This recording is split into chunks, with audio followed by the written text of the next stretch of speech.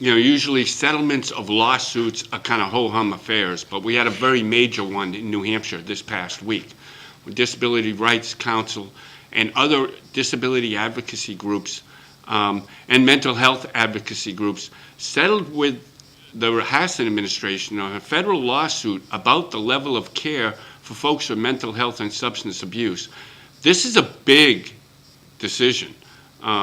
Much like the closing of Laconia State School, where the state was ordered to do that and provide services for the community, we've come a generation from that.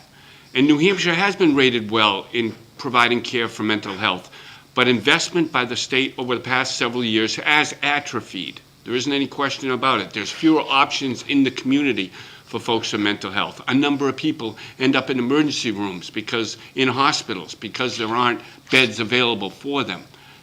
What brought about this settlement? Well, it really is Governor Hassan and the bipartisan legislature that put almost $28 million in new spending for mental health into this 2-year state budget. That provided the climate for settlement.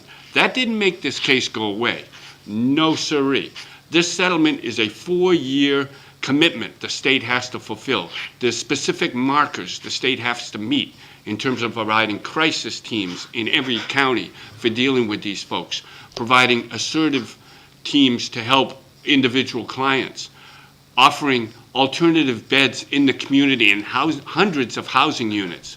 We're talking about an additional investment of over $30 million in state spending through 2017. So this settlement doesn't end the debate on how we're going to find that money and where we're going to make that investment. But it's a huge political victory for Governor Maggie Hassan. It takes one of these dangling lawsuits that are real political problems for a sitting chief executive right off the table for her.